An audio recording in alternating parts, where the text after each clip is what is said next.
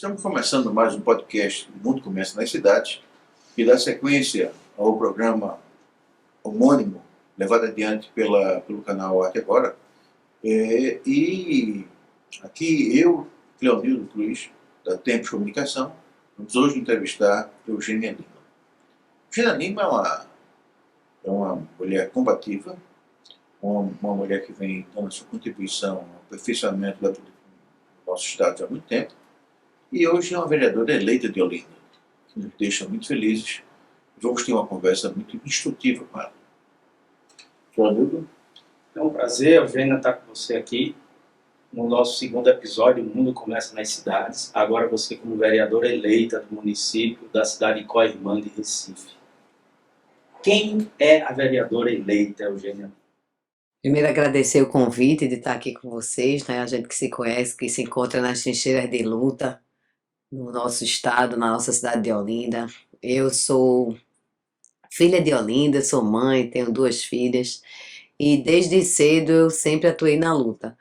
Iniciei no movimento estudantil, depois me enveredei pela cultura, criei um grupo percussivo chamado Conchitas, formado só por mulheres. Na faculdade, sou formada em Direito, fiz movimento estudantil, fui a primeira mulher eleita no diretório da Universidade Católica de Pernambuco e ao longo da trajetória várias lutas que me levaram à política institucional, né? A me candidatar em 2016 a vereadora em Olinda, ter um quantitativo de votos, mas infelizmente o quociente eleitoral não fez com que a gente entrasse, né? Fui candidata a senadora em 2018, fui candidata de novo a vereadora em 2020, a 8ª mais votada da cidade, a primeira da esquerda, mas também o quociente eleitoral nos tirou, né, essa vereança. Em 2022 fui candidata a senadora e agora vim candidata a vereadora de novo pelo Partido dos Trabalhadores, com o quociente eleitoral sendo a mulher mais votada da história da cidade de Olinda, com 7.110 votos. Oi, Eugênia. Essa sua breve história, ela deixa claro algumas coisas. Primeiro, a sua persistência. Você não é uma mulher de parar. Os eventuais tropeços servem de lição para você. E a cada momento você vai aprendendo o que aconteceu e vai fazendo algo diferente que aperfeiçoa na sua história de vida. Essa campanha, ela naturalmente você usou muito o que você aprendeu no passado. Mas o que foi assim que houve alguma coisa de diferente nessa campanha? Eu acho que estar no Partido dos Trabalhadores também permitiu uma amplitude na campanha. Eu sempre fiz uma campanha pedagógica. Eu acho que a campanha eleitoral é o momento que você consegue entrar na casa das pessoas, conversar com as pessoas, dividir a ideia de um projeto de cidade, de mundo, de nação, de sociedade. Então eu sempre fiz isso. Eu acho que as minhas votações sempre foram expressivas, entendendo a ausência de recursos que a gente tinha para fazer uma campanha, né? Então essa campanha diferencial foi a quantidade de gente que veio aglutinar, né, que veio compor o projeto. A gente conseguiu fazer uma campanha diferente de todas, porque a última de 2020 a gente estava numa pandemia, então a gente não conseguia chegar em muita gente, a gente não conseguia fazer muitas reuniões. Então essa campanha a gente fez 70 reuniões, né? Visitamos 35 dos 39 bairros da cidade de Olinda. A gente fez 13 plenárias temáticas e montamos um livro. Eu acho que ninguém fez isso, um livro de propostas. São 75 propostas que surgiram de um processo de escuta, porque entendendo que o vereador, o prefeito, quem está lá, né, representando, é representante de um povo. Então, para a gente representar um povo, a gente precisa ouvir esse povo. Então, a campanha foi diferenciada nesse processo de escuta, que foi muita insistência minha no sentido da gente precisar ouvir as pessoas, porque a gente precisa representar elas. Então, onde é que a gente se encontra? Como é que eu vou ser parte? Como é que eu vou ser a vereadora desse povo que a gente quer representar, né? E que a gente está vivendo um momento muito difícil na cidade de Olinda, de ausência completa de políticas públicas. Então eu iniciei a campanha falando do papel da vereadora, né, que era fiscalizar que era propor leis, mas nesse vídeo que a gente falou desse papel dessa vereadora, eu falei que ia passar os primeiros 6 meses ouvindo as pessoas. A gente não adivinhava que a gente ia conseguir ter esse diagnóstico durante a campanha. Porque o sentido era criar um diagnóstico da cidade e poder entregar ao prefeito, que é ele que executa as políticas públicas. Então, dizer, prefeito, ó, naquele bairro não funciona isso, isso e isso. E aí a gente se surpreendeu, porque a gente finaliza uma campanha sabendo onde é que falta água, onde é que não falta, onde o problema é saneamento, onde não é. Então isso deixa também a gente numa segurança muito grande de iniciar esse mandato, né? Que é um mandato que vem de um processo que não começou nessa eleição também.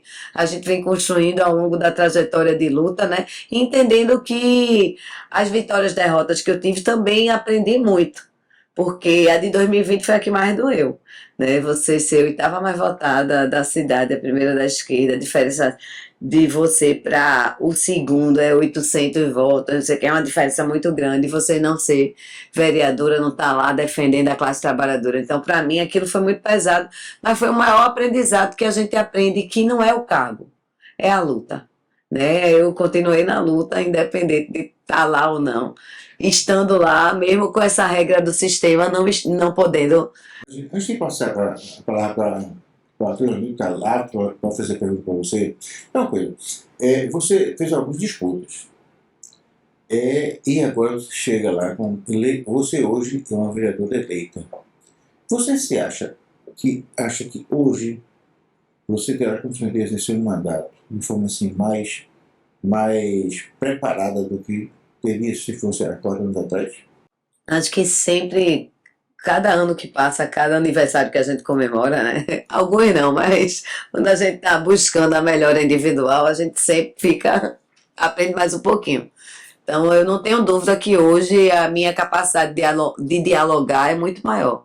A capacidade de entender e compreender, né, as contradições do mundo é muito maior. Então, isso me dá um preparo maior de estar lá, porque não vai ser fácil. A gente só elegeu, eu sou a única eleita do Partido dos Trabalhadores, a nossa federação tem 3, os outros 2 são do PV. E, assim, com essa carga ideológica, com essa história de vida, eu posso dizer que eu sou uma das únicas que está lá nesse processo de luta por entender que a gente tem lado, que a gente precisa defender um outro modelo de sociedade. Então vai ser difícil, mas a gente está aqui para dialogar, para saber onde é que a gente pode, onde é que não pode, e entender também que a gente precisa trazer o povo para as decisões, né? E essas câmaras, as assembleias, assim, a gente vê o povo no momento da eleição, depois que passa esse processo de escuta, esse processo de estar mais perto, são poucos, né? Poucos os políticos que garantem essa representatividade que a gente acredita. Eugênia, você tocou num tópico, Alexandre, perguntou se você se sente mais preparada no processo. Você vai ter uma vivência parlamentar na vereança, certo? Eu quero fazer uma pergunta, inicialmente, que tem a ver com a tua campanha, certo? Você fez, nós pesquisamos sobre tua trajetória, inclusive parabenizar os jovens pequenos aprendizes que estão trabalhando na Tempos. Coube a eles fazer uma pesquisa sobre vocês. Está ali André, que está trabalhando, o outro vem amanhã. Então, eu notei na pesquisa que você buscava dialogar com o mundo evangélico, com os cristãos, sejam católicos ou das mais variadas vertentes religiosas. Nessa polarização que estamos a viver, não só em Pernambuco, Recife, no Brasil, principalmente em Olinda, nós temos um percentual que se dizem evangélicos, que são evangélicos, enorme. Como foi levar a mensagem, você como uma candidata de esquerda, você como uma candidata que até então era do PSOL, agora como candidata eleita pelo PT, dialogar com os evangélicos? Nós sabemos que há uma dificuldade muito grande do povo evangélico votar em candidatos da esquerda. E você teve 7.710 votos. Desses 7.110 votos, muitos deles foram de evangélicos, que votaram em você, acreditaram na sua proposta, acreditaram que você é a melhor opção para representar eles como evangélicos. Como você chegou aos evangélicos? A gente fez várias plenárias temáticas, né? Juntamos o povo de terreiro, que foi mais fácil, né? Que a gente conseguiu juntar todo mundo. E quando a gente fez o encontro do povo de terreiro, eu disse para a equipe, eu disse, ó, a gente juntou o povo de terreiro, a gente precisa juntar o povo católico, o povo evangélico, a gente precisa conversar, porque não é sobre religião, é sobre classe trabalhadora. A gente tem evangélico que é trabalhador, a gente tem católico que é trabalhador, o povo de terreiro que é trabalhador, e é outra coisa que é maior do que isso, que o Estado é laico. Eu não vou ser uma vereadora, eu posso ter a minha religião, mas a partir do momento que eu estou ali sentada numa cadeira para representar, Qual a tua religião? eu estou para representar, eu sou cristã, né? E respeito todas as religiões e a gente está nessa construção, porque a gente vê o crescimento do fundamentalismo evangélico, que é diferente de ser evangélico, é um evangélico fundamentalista que tem, no fundo da política, outros interesses, né? Que a gente sabe como é que estão as bancadas estaduais e federais. E aí você vê muita gente que se diz evangélico, que quando se torna parlamentar, defende leis contra a classe trabalhadora. Então a gente precisa desmistificar o perigo dessa fé. Eu tinha até um jingle que dizia, Eugênia Lima é só fé, só fé, só fé. Porque para estar em Olinda tem que ter fé. Pela destruição que foi a cidade tendo um prefeito evangélico, que se utiliza da fé para impor coisas e retirar direitos e não prestar o serviço público. Então a gente identificou na campanha que tem que ser o grande desafio da esquerda é entender que a gente precisa se aproximar. Ser evangélico não é deixar de ser esquerda. E aí a gente fez um encontro lá com pastores, e um dos pastores disse assim, eu estou surpreso uma candidata do PT me chamar para conversar. Você acredita que o seu exemplo deve ser um motor para que a esquerda venha dialogar com o campo evangélico, com as igrejas tradicionais? Você sabe que nós temos no campo do protestantismo, nós temos vários protestantismos. Nós temos o protestantismo tradicional, igreja batista, presbiteriana, anglicana, nós temos as igrejas pentecostais e temos as igrejas neopentecostais. Como analista de política, eu percebo que a esquerda, ela não, até um tempo atrás, ela até chegou a dialogar um pouco, mas foi lá atrás, na primeira campanha de Lula, segunda campanha de Lula, tinha um movimento, MEP, Movimento Evangélico Progressista. Na minha história de vida, eu já fui evangélico, já fui protestante. Então, eu fiz parte desse movimento. E nessa época, o cristão, o evangélico, falar de política era pecado. Nós falávamos. Mas hoje o evangélico fala permanentemente de política num viés profundamente conservador.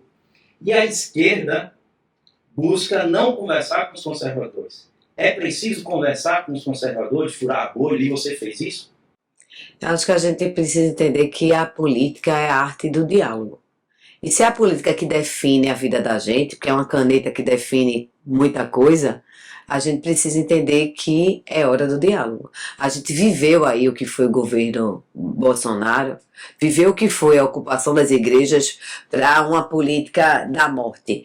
Então acho que já passou da hora da esquerda se comunicar. A gente tem muita gente que é filiada, inclusive ao Partido dos Trabalhadores, que é evangélico, que é pentecostal, enfim. Eu acho que está na hora da gente avançar. E o avanço parte do diálogo, parte da gente começar a criar grupos, sabe, dentro das igrejas que dialoguem sobre política, que desmistifique esse lugar da esquerda, dessa esquerda, né, que vai acabar com tudo, né, que, na moral, né, enfim. Eu acho que está na hora da gente organizar o nosso time, né, a gente vivenciou aqui coisas que estão acontecendo, a eleição de São Paulo, por exemplo, é uma coisa bem terrível, né? Que a gente tem as redes sociais a favor, inclusive, do crescimento dessa direita, dessa utilização da fé, tá tudo na rede social.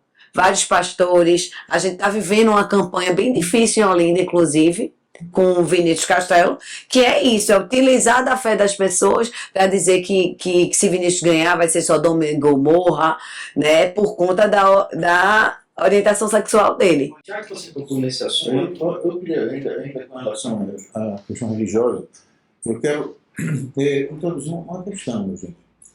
Nesses últimos dias, o presidente Lula sancionou uma lei que conservou os dias do Brasil ao dia da canção gospel. E nesse evento no Palácio Planalto, juntou muitos evangélicos, incluindo um deputado federal, que foi o Tony de Paula, que sempre foi um bolsonarista. Ele fez um discurso muito simpático ao presidente Lula, e aquilo me parece que era ficou mais ou menos claro que pelo menos uma das correntes do movimento evangélico estava tentando se aproximar do governo Lula e, portanto, abrindo brecha para uma conversa mais aberta, mais franca. Isso gerou uma reação grande, inclusive, das vários bolsonaristas. Você acha que isso já faz parte de algum tipo de entendimento que vai florescer a médio prazo? Eu não sei, porque assim, o projeto neopentecostal, ele está em curso há muito tempo, né? A gente sabe, Edir Macedo entregava, né, carteirinhas às pessoas que moravam na rua. Tem um projeto em curso, né? E Bolsonaro se viu muito de fortalecimento desse projeto em curso. Então, eu não sei se essa aproximação é real, até porque eu acho que foi o presidente Lula que garantiu muitas benesses para a população evangélica, né? Para quem? Para os fiéis, enfim, o dia do evangélico, enfim, outras coisas foram garantidas pelo presidente Lula na gestão anterior. Então, acho que a gente está em processos, né? Em processos que a gente precisa dialogar, a gente precisa se organizar. Uma das coisas que eu falei na campanha foi muito dessa questão do viés da organização da classe trabalhadora. Quando a gente se divide, a gente fica pequeno. Então, acho que fé, cada um tem a sua, a escolha da sua religião tem a sua, mas a gente precisa organizar a classe trabalhadora. E essa organização parte das associações dos bairros, até do trabalho comunitário das igrejas, mas entendendo que antes de qualquer coisa, a gente faz parte da classe trabalhadora, sabe? Eu também tive muita dificuldade, assim, Nessa campanha, a gente fez várias discussões identitárias, no sentido de discutir a população LGBT, as mulheres, as crianças, a população idosa. A gente fez vários debates. Mas o que era central na campanha era entender que antes de ser mulher, eu sou trabalhadora, antes de ser negro, eu sou trabalhadora, entendendo tudo que a gente tem, o machismo, o racismo, a misoginia, a LGBTfobia, a gente tem tudo isso, mas a gente precisa estar unido para combater todas essas questões que realmente faz com que a desigualdade aumente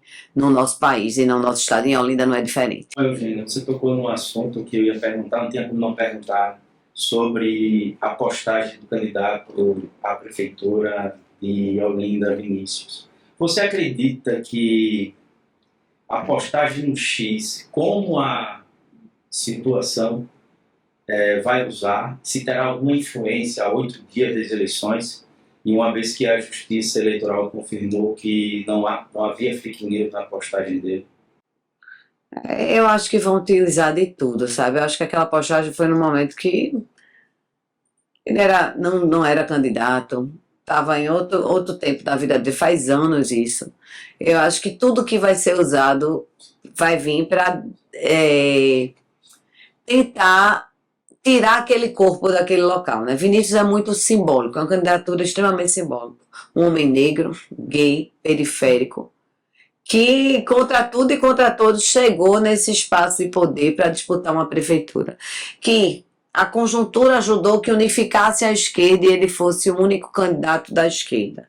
Então tudo vai ser jogado, mas eu acho que nada pode ir para a questão moral, sabe? A gente está debatendo a cidade, quem gerencia a cidade. Então a gente precisa focar na política, né? Ontem mesmo o deputado Alberto Feitosa fez uma declaração na rede social e a gente foi fazer todo um embate, assim. Eu acho que moral, antiético, é você não ter fardamento nas escolas, nem material escolar em outubro. É não ter remédio em posto de saúde, médico em posto de saúde, exame, nada. A saúde em Olinda é zero. Nem na UTI tá, já morreu há muito tempo.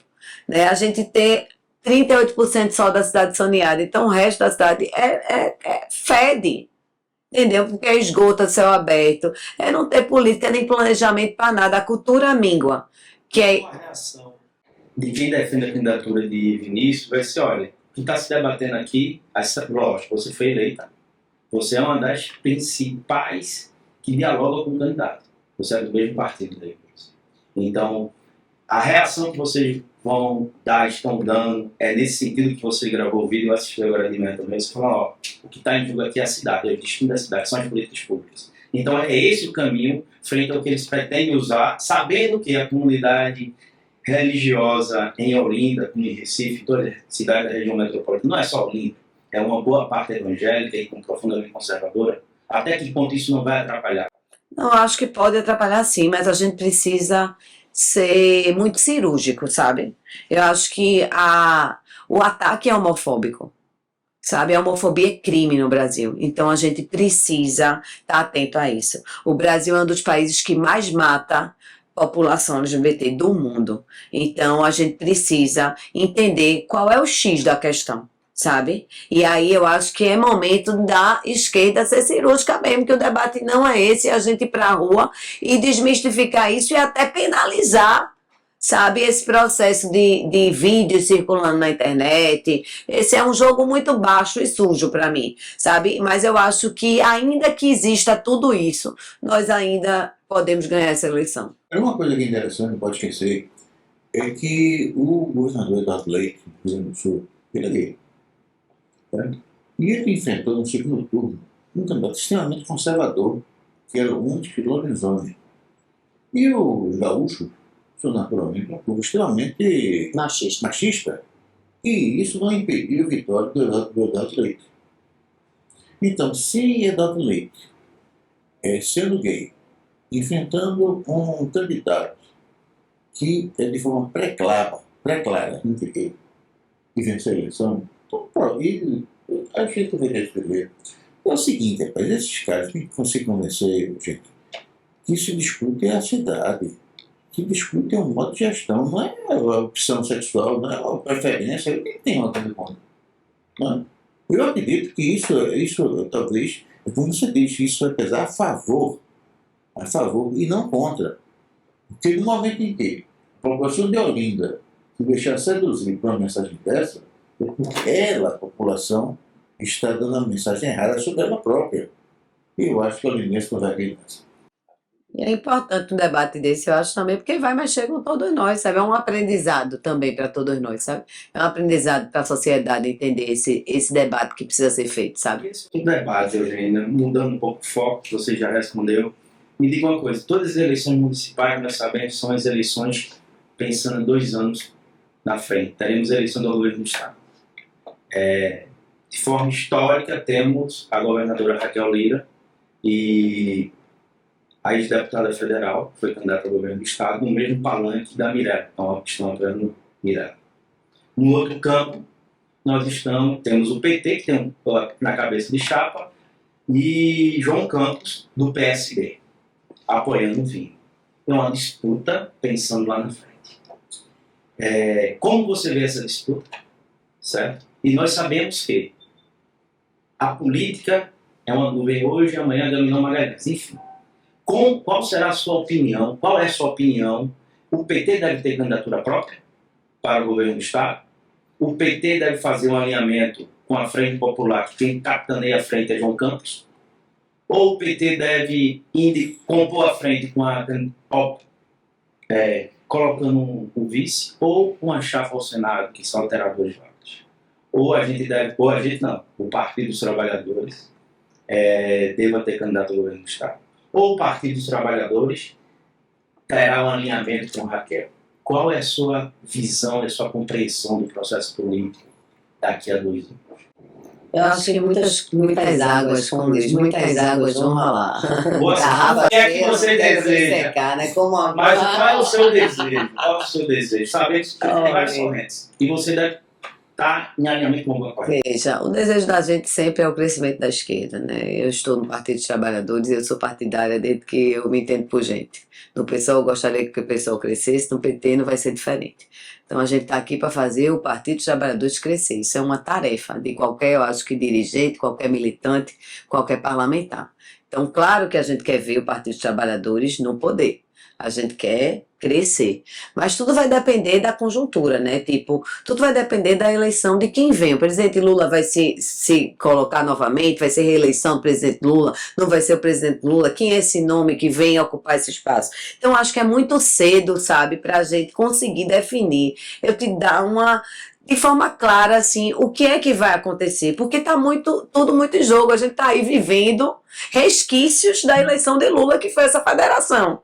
A federação não poderia ter eleito mais parlamentares do PT, por exemplo. Lá em Olinda, a gente elegeu 2 parlamentares, eu tive uma votação super expressiva, e nas sobras entra mais um do PV e fica a candidata do PT na primeira suplência. Isso aconteceu em Recife, isso aconteceu em vários lugares do nosso país. E a federação teve que acontecer para garantir a eleição do presidente Lula. Então, acho que é muito cedo para a gente poder ter clareza para dizer qual vai ser a movimentação. A gente, claro que a gente queria vice aqui no Recife, não foi possível, né? Então, tem todo um lance que fica, Mas né? vou fazer uma dúvida com nossos espectadores do canal Arte Agora. Qual a tendência do agrupamento político dentro do partido você dialoga mais? Sim, eu estou junto, isso não é escondido, estou ao lado da senadora Tereza Leitão, junto do coletivo PT Militante, que ela faz parte, que também nacionalmente é do mesmo grupo do senador Humberto Costa, de Doriel, de Humberto, de Carlos Vera, de João Paulo, enfim. Não sei se militam iguais, mas são... Não, nacionalmente sim, aqui no estado não.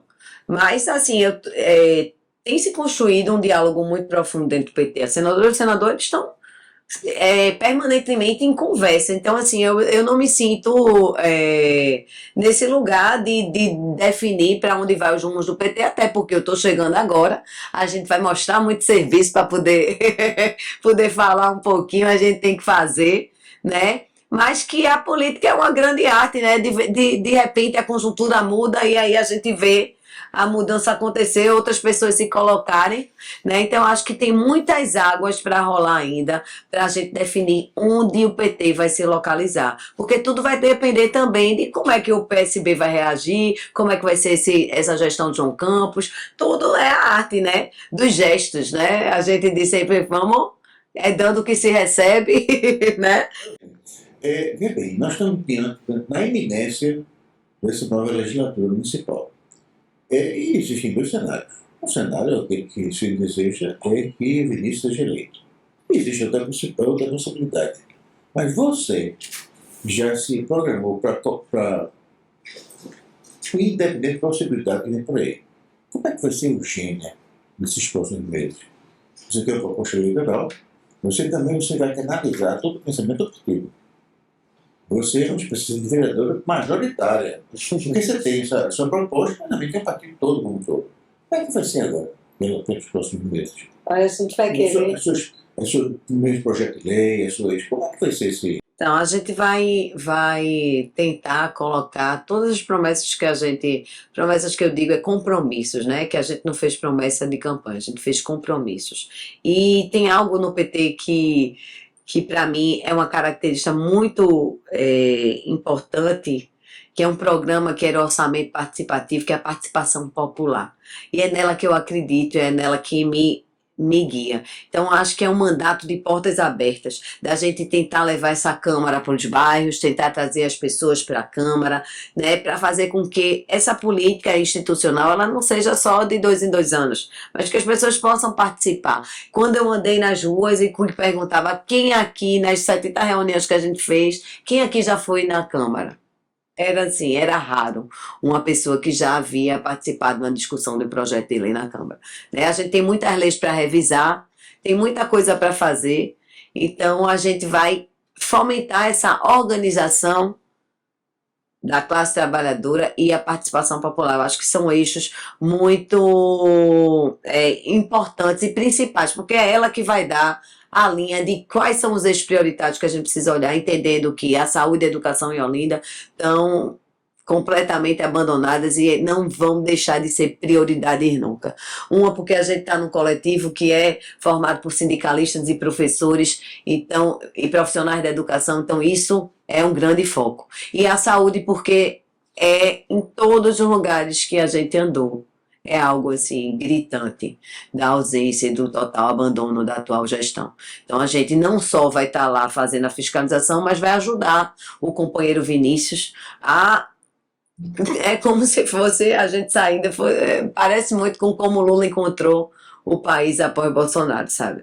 Reconstruir a Olinda, né? Porque a Olinda termina sendo a segunda cidade de todo mundo, né? Muita gente mora em Recife, mas tem um amor enorme por Olinda. Então, ela tem essa característica, né? Do patrimônio da humanidade. Então, a Olinda não é só dos olindenses, ela é do mundo todo. Me refiro ao seguinte, é que você teve seus compromissos de campanha, mas outros companheiros do partido também tiveram. E os outros não foram eleitos. Né? Então você tem um mandato. Aí a pergunta, no fundo, é o seguinte: os eleitores dos demais candidatos podem alimentar a esperança de que a Eugênia Lima vai tentar também cumprir os outros compromissos? Eu ontem, inclusive, fui para uma reunião numa casa de uma candidata que estava apoiando Isabel, por exemplo, para trazê-la para junto e entender que eu vou ser vereadora de quem votou e quem não votou em mim. Então, a gente vai estar junto, né? Não sei os compromissos que os outros candidatos fizeram, mas a gente está disposto a fazer outros compromissos com essas pessoas que, porventura, não se elegeram, mas que vai ter o mandato como um alicerce. Um alicerce de comunicação com o prefeito, um alicerce de fiscalização, um alicerce de pensar em novas leis. Então, assim, a gente está disposto. Eu falava muito que tem muito isso, né, em cidades, né? Fulaninho é candidato do bairro A, bairro B, bairro C. E a gente, desde o começo, eu não me inscrevi no TRE para ser candidata e virar vereadora do meu bairro. A gente está sendo vereadora da cidade inteira. Você foi votado em todas as regiões? Fui votada em todas as regiões. Só teve um colégio eleitoral que eu tive 0 votos. O resto eu tive muitos votos. Ajuda aí os números hoje. Veja bem. E assim, a gente fez, só desculpa interromper, a gente teve 3,3% da votação total do município. Quando você traz para Recife, em minha votação, se você botar proporcional 3% da votação do Recife, dá quase 33 mil votos. Então, né, foi muito voto que a gente teve, né? Muito grande. E tratando ainda da radiografia dos votos, eu estou com a relação dos vereadores eleitos. Se a relação está correta, só você de mulher foi eleita? Não. Denise Almeida. Denise Almeida. Essa aqui, do PSD. Ah, só 2 mulheres. Só 2 mulheres. E aí é retrocesso, né? Porque a gente termina a legislatura com 3, porque entrou uma no final, e vai começar com 2. Porque na recontagem ficou 2. 2 mulheres. E vendo a cor partidária aqui, você tem aqui só um candidato do PT, 2 do MDB. Não sei se esses 2 do MDB são historicamente do MDB histórico que nós conhecemos, no campo popular e democrático, certo? Mas é uma Câmara de Vereadores profundamente conservadora e no campo da direita. Não sei, você conhece muito mais de Olinda, esse candidato, do que nós, certo? E Alexandre. Como está essa coloração aqui, né, na Câmara de Olinda, entre direita, esquerda, centro-esquerda e ultradireita? É possível definir isso ainda ou não? Ainda não é possível definir isso agora? É possível definir porque a gente vê as legendas, né? Quem são os partidos. Então a gente consegue entender quem é direita ou da direita. Então nós temos em termos percentuais. Eu acho que a gente só tem, assim, temos o PT e 2 candidatos do PV. No campo mais... Porque o PSB não elegeu ninguém, o PSOL não elegeu ninguém, a Rede não elegeu ninguém. Então, assim, falando do campo da esquerda, que a gente considera esquerda, somos nós. Me diga uma coisa. O resto... Mas só que a gente está num processo que, assim, eu não sei como é que aqueles... Assim, como os vereadores lá enxergam direita e esquerda do ponto de vista ideológico, né? Porque você está vendo que está acontecendo, todo mundo está pulando do barco, que todo mundo apoiava a candidatura Mirella, e está todo mundo agora apoiando Vinícius. A Eugênia vai conseguir dialogar com esses candidatos de direita? Ela está preparada para... Você vai ter, para aprovar um projeto de lei, e nas condições, tal, na tramitação normal, você vai ter que dialogar com todos. Você vai ter que dialogar do PL Sarmento aos candidatos do PSD que fizeram sim. Como será a Eugênia no parlamento municipal? Eu acho que a Eugênia não é só política, a Eugênia também é técnica, né? A Eugênia tem mestrado em desenvolvimento urbano, pós-graduação em, em gestão pública, então a gente sabe um pouquinho e a gente não está entrando. Se Vinícius ganhar, essa Eugênia vai ter um mandato, acredito que mais tranquilo, porque a gente vai ter um prefeito. E você sabe a importância de um prefeito numa Câmara, né? A importância das ocupações dos espaços. Então, a gente vai ter um prefeito a nosso favor para poder ter um diálogo e aprovação maior dos projetos e, né, ter uma gestão melhor, né, desse parlamento. E ainda que Vinícius não ganhe, a gente vai ter que dialogar muito. E eu acho que a melhor forma do diálogo e da pressão é fazer o povo estar na Câmara acompanhando. Eu acho que eu não me sinto só nessa tarefa, mesmo entendendo que vou ter uma tarefa, um grande desafio. Mas que nada que a gente não dialogue e que a gente também não prepare a população para entender o que está acontecendo. Eu vou ficar pequena se eu não botar ninguém lá dentro comigo. Agora a gente cresce e a gente tem os nossos projetos garantidos se a gente começar a fazer um trabalho de pressão popular e participação ativa das pessoas. Então, por isso que esse é o grande desafio desse mandato. Ser um mandato ativo que garanta a participação popular, porque com o desenho que você viu dessa Câmara, é impossível uma andorinha só fazer verão. Você adiantou uma coisa importante, né? Que a partir de, até porque em vez da eleição, essa Eu não vou estar na oposição, né? Tipo, é mais tranquilo você estar com o governo entendendo que seus projetos se alinham com o seu candidato, seu prefeito. Então a gente vai ter que reconstruir uma cidade. Então a gente vai ter que contar com o prefeito também com aquela Câmara. Então, assim, eu vou ser vou ter uma tarefa difícil da liderança, no sentido eu vou ser a que representa o Partido dos Trabalhadores lá, porque só tem eu. Não tem como você dar o cargo para outra pessoa. Eu vou representar o Partido dos Trabalhadores. A gente ainda está em discussão da mesa, qual é o papel, né? Porque o povo quer, não, presidir não é, não, e não é por aí. Então, todos os acordos vão ser feitos da melhor maneira para que a gente possa fazer. O PT com certeza vai estar na mesa diretora. A gente está brigando por isso. Veja bem, a Alexandre colocou, ele está muito apto a perguntar sobre a questão nacional. Faltam 20 minutos. Esses últimos 20 minutos para o podcast, vamos agora entrar numa análise nacional da esquerda. Deixa a bola. Na verdade, existem algumas situações no Brasil que me preocupam bastante. Me preocupa muito a situação de Fortaleza. Fortaleza é um dos principais capitais do Brasil. E hoje, o candidato André Fernandes, eu digo o nome dele porque eu acho que deve ser. O senhor deve saber quem é esse cavaleiro. Tem a chance de vencer a eleição. Me preocupa muito a situação de São Paulo. Porque Guilherme Boulos me parece que ainda não alcançou a dianteira nas pesquisas de intenção de voto. Me preocupa muito também a situação de Porto Alegre. Minas Gerais foi um caso, Belo Horizonte foi um caso assim, que a gente não vai nem falar aqui. Aí eu queria saber de você, Vina, o que é que leva um eleitor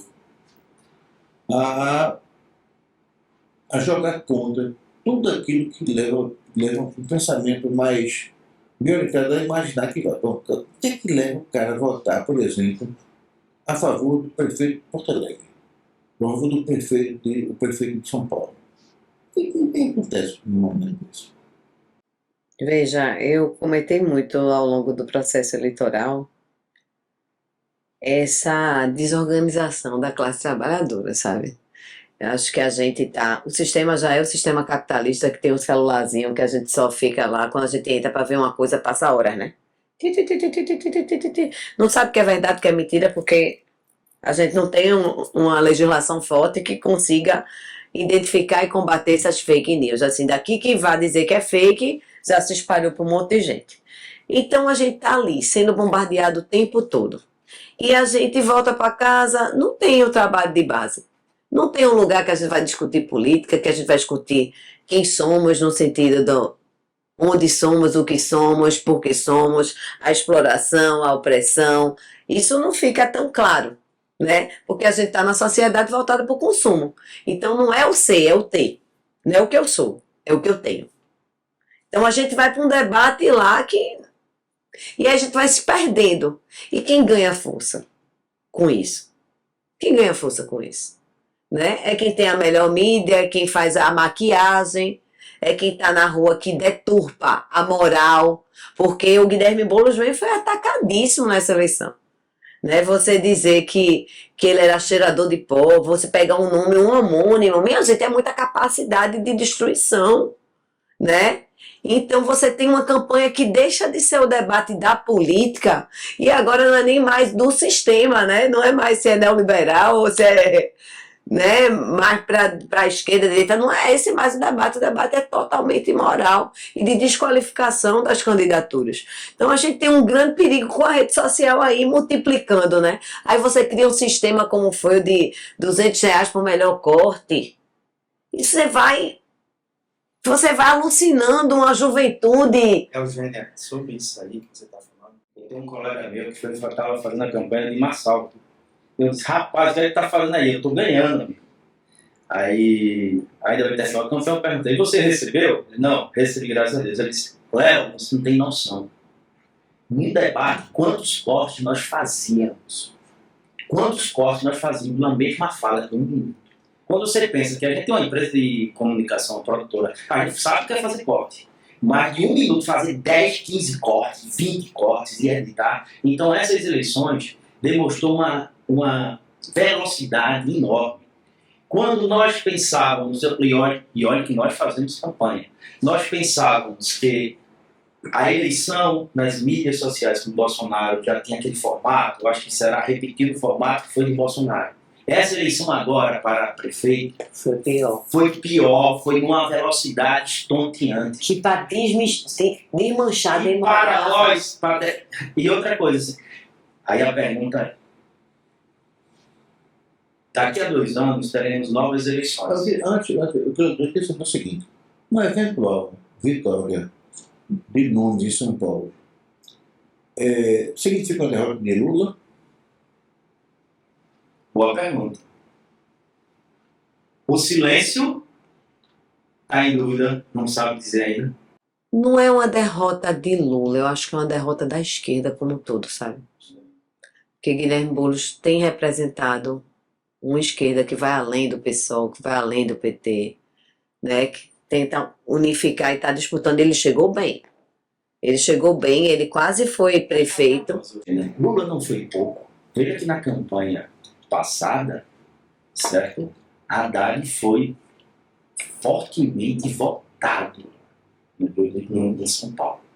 O eleitor da esquerda do PT, esse eleitor não está votando no... Esse percentual da pesquisa, independente do Marçal, não está votando no Boulos. Não está votando no Boulos. Lógico, tem uma análise aí também, fazendo análise, 19% de abstenção. Mais 3% de brancos em tudo. Você tem praticamente quem ganhou a eleição, assim, praticamente quem foi para o segundo foi a abstenção no primeiro turno. Então, como analisar isso tudo? Aí eu acredito, analisando friamente, eu sou do campo popular e democrático, eu acredito que é uma derrota do Lula também. Porque Mas Lula está na esquerda, foi pouco para organizar. Lula foi pouco para São Paulo. Mas olha, Ô Lula, essa pergunta eu poderia fazer com o Lula, mas o Lula está na minha frente. Uma coisa, Você tá. a gente precisa dar uma olhadinha nos resultados no país todo. A gente está perdendo muita força. Não é só São Paulo. O resultado eleitoral nas cidades como um todo, trazendo capitais e outras cidades de região metropolitana e afins, foi terrível para a esquerda.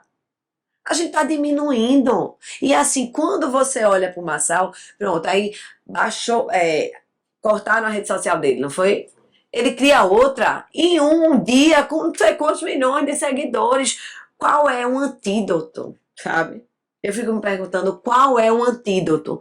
E aí, para mim, o antídoto foi isso que me fez refletir toda essa eleição no papel do antídoto. E para mim, não tem antídoto que não seja a organização e a reorganização da classe trabalhadora, minha gente.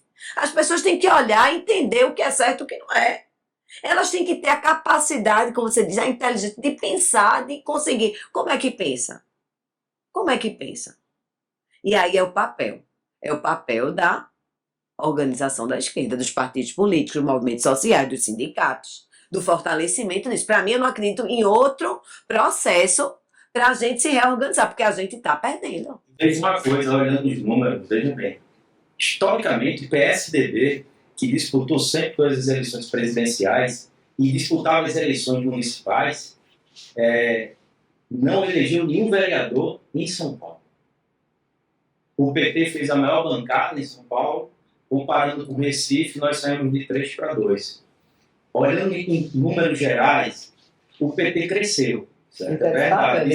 Certo. O PT cresceu na questão de vereadores. Eu estou falando no geral. Ele cresceu de prefeitos, foi para 248, prefeito tinha 186, foi 248. Certo? De vereadores, o PT tem 3.130. Eu estou sem os números agora daí 4 anos atrás.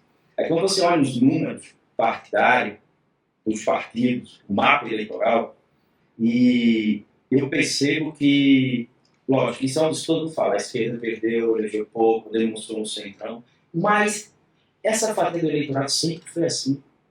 Sempre foi assim. E eu lembro que em 87, 88, o grande ápice da nossa Constituição foi Mário Covas, que era do PMDB, em 87, finalzinho de 87, fundou o PSDB.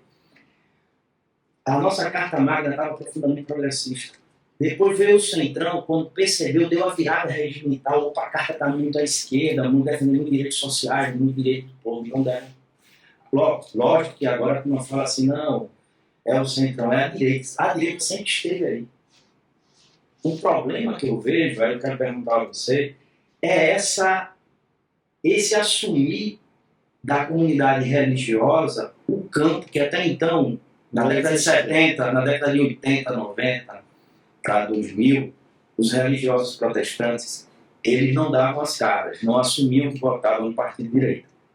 Pregavam nos púlpitos, Alexandre, falo isso de cátedra, porque eu, na época, eu frequentava muita igreja, na época eu tinha um apelido lá no carro de pastorzinho, então eu conheço o mundo protestante.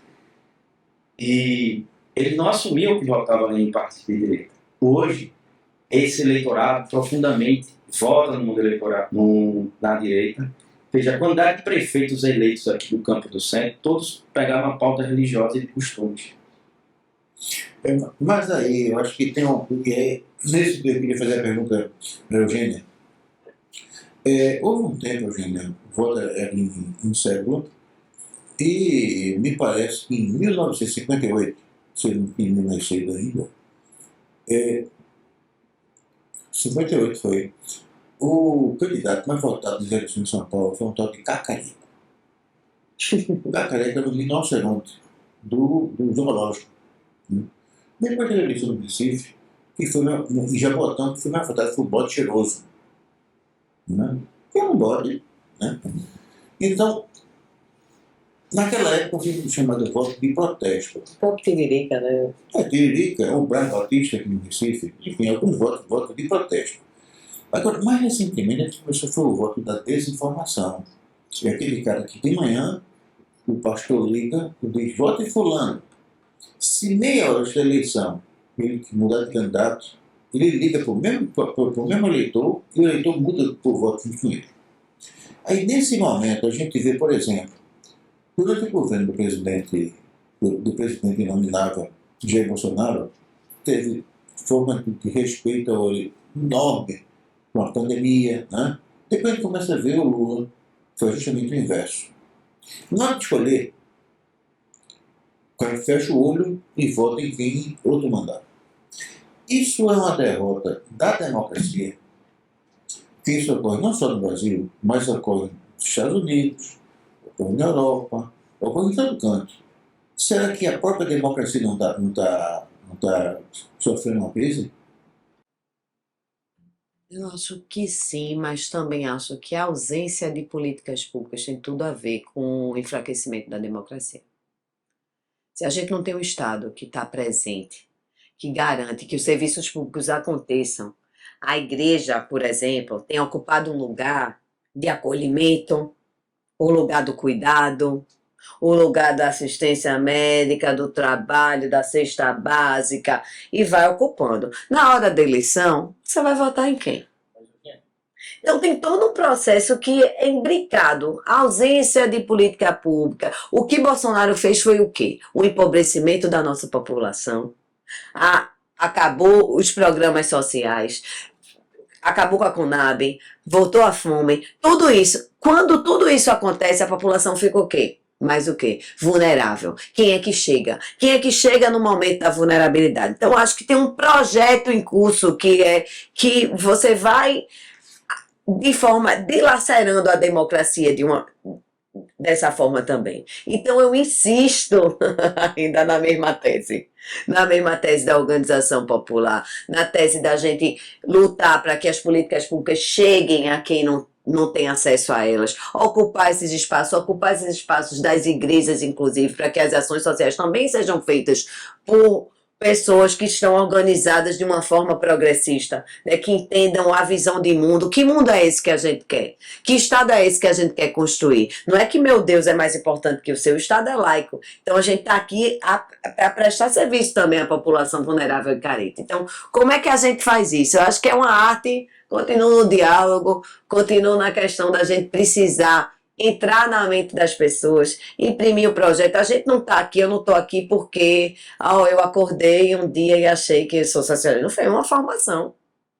Tem uma formação de vida que vem da família, do olhar, né? E você vai tendo uma formação até chegar até aqui. Então a gente precisa garantir que esse olhar, essa leitura do mundo chegue. E chega como? Projeto social, política pública, organização comunitária. Então, para mim, só existe esse antídoto. Isso aqui dá medo. Que, por exemplo, agora, recentemente, o Rio Grande do Sul passou por uma catástrofe. E quem socorreu o Rio Grande do Sul foi justamente o governo federal, né? E naquela época, por exemplo... Uma catástrofe, desculpa, prevista, né?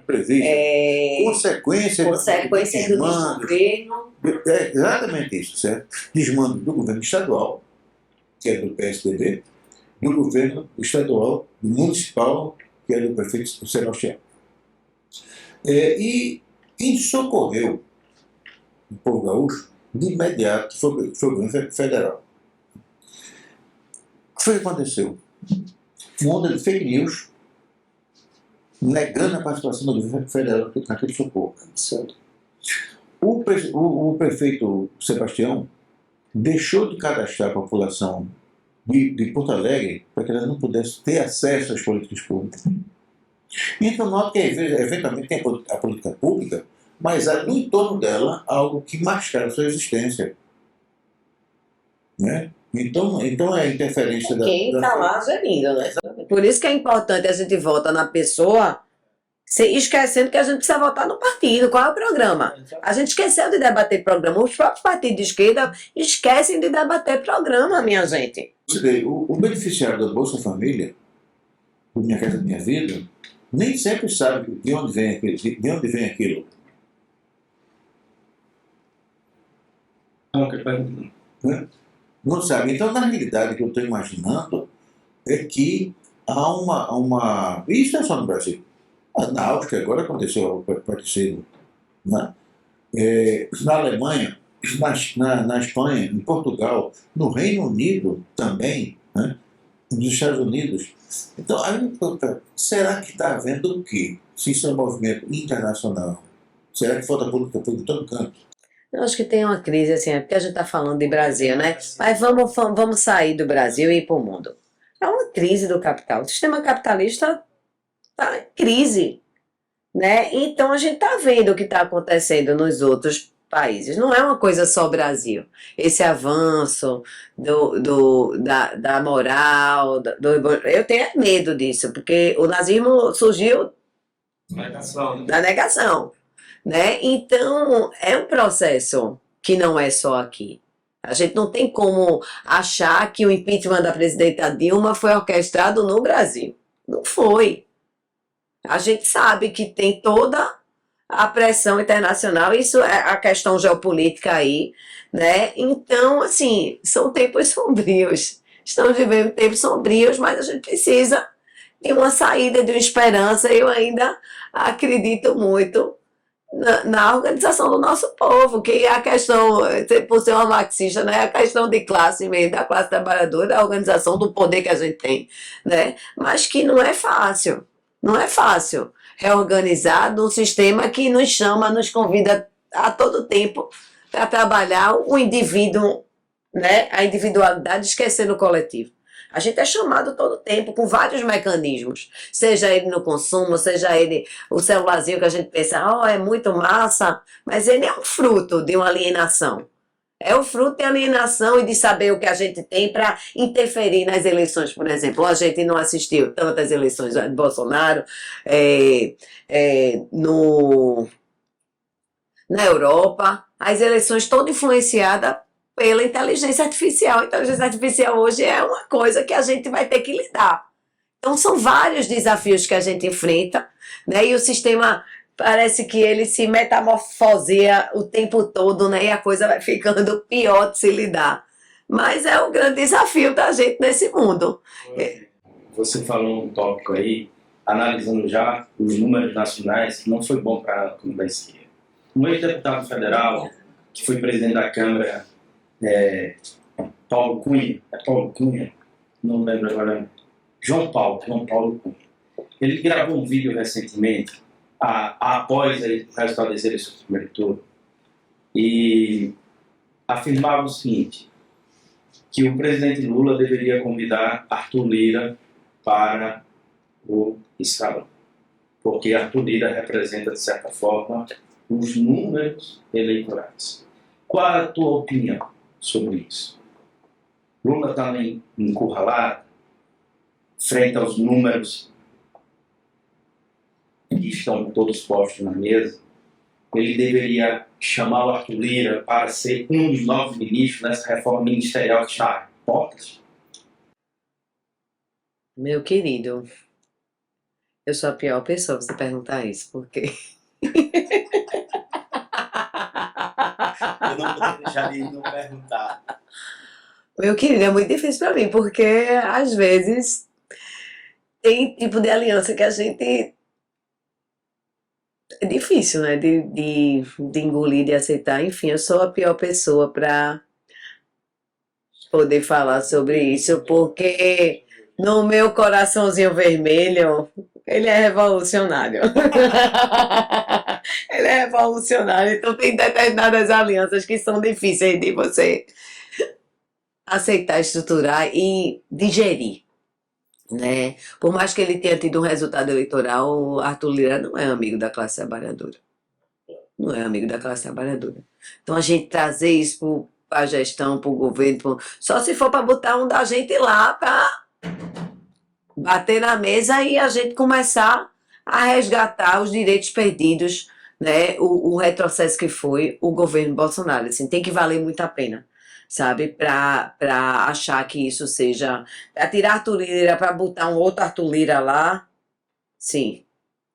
E dá a porta. 6 por, né? É a gente perder, eu sei, vai ser muito difícil essa eleição no Congresso, porque é isso, a falta de educação política. Veja, a gente durante a campanha, trazendo já para a Olinda, eu fiz questão de fazer uma plenária com as crianças, e todo mundo dizia, plenária com as crianças, elas não votam.